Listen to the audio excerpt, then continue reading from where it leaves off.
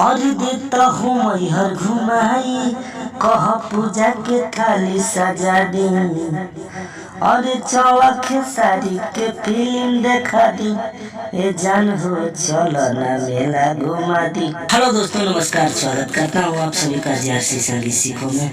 मैं आप सभी का भाई जमन दीवाना आप सभी के लिए फिर से लेकर आया हूँ डीजे धमाका सॉन्ग, एकदम देवी गीत। एक टुनटुन लाल जी का गाना है, उसी ट्रैक पे मैं लिखा हूँ एक मुखड़ा और एक अंतरा आप सभी के लिए लिखा हूँ। जिस भी सिंगर भाई को पर्सनल ये सॉन्ग गाना है तो कॉल करके कॉल को लिखवा सकते हैं। तो चलिए वीडियो को ज़्यादा बड़ा नहीं करेंगे, आप सभी को वीडियो को स्टार्ट करते हैं और आप सभी को गाकर बताते हैं। टुनटुन लाल जी का वही गाना है, तू जान हो तोहरे ला मर्डर हो जाई, आप लोग सुने ही होंगे, ऑर्केस्ट्रा सॉन्ग है।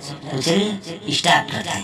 भोले बानी हम पातर पिया भूखम नवरात, भोले बानी हम पातर पिया भूखम नवरात, अरे देता हूँ मैहर घुमाई, कह पूजा के थाली सजा दी। तो फिर लड़का, अरे चलो खेसारी के फिल्म देखा दी, ए जान हो चलो न मेला घुमा दी, ए जान हो चलो न मेला घुमा दी। तो दोस्तों ये है मुखड़ा।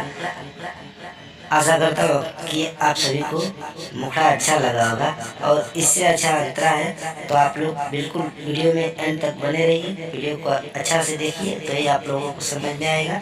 और नए सिंगर हैं तो हमारे चैनल को सब्सक्राइब करें भाई, ताकि आपके भाई का मोटिवेशन बढ़े। और ज़्यादा से ज़्यादा वीडियो में शेयर कीजिए, ताकि हमेशा आप सभी के लिए ऐसा ऐसा मैटर लेकर आता हूँ। तो चलिए अंतरे को स्टार्ट करते हैं। दर्शन करा दो माई भर दी है चल, चले के बरानी काहे रहेलु उदास, दर्शन करा दो माई भर दी है चल, चले के बरानी काहे रहेलु उदास।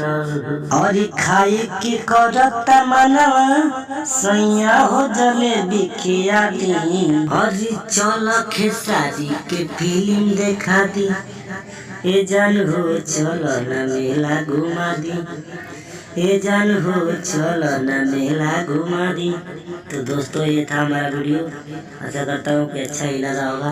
तो चलिए फिलहाल आज के लिए इतना ही। जो भी सिंगर भाई पर्सनल इसको गाना चाहते हैं, फुल एंड फ्री सॉन्ग है, आप लोग ले सकते हैं कॉल करके।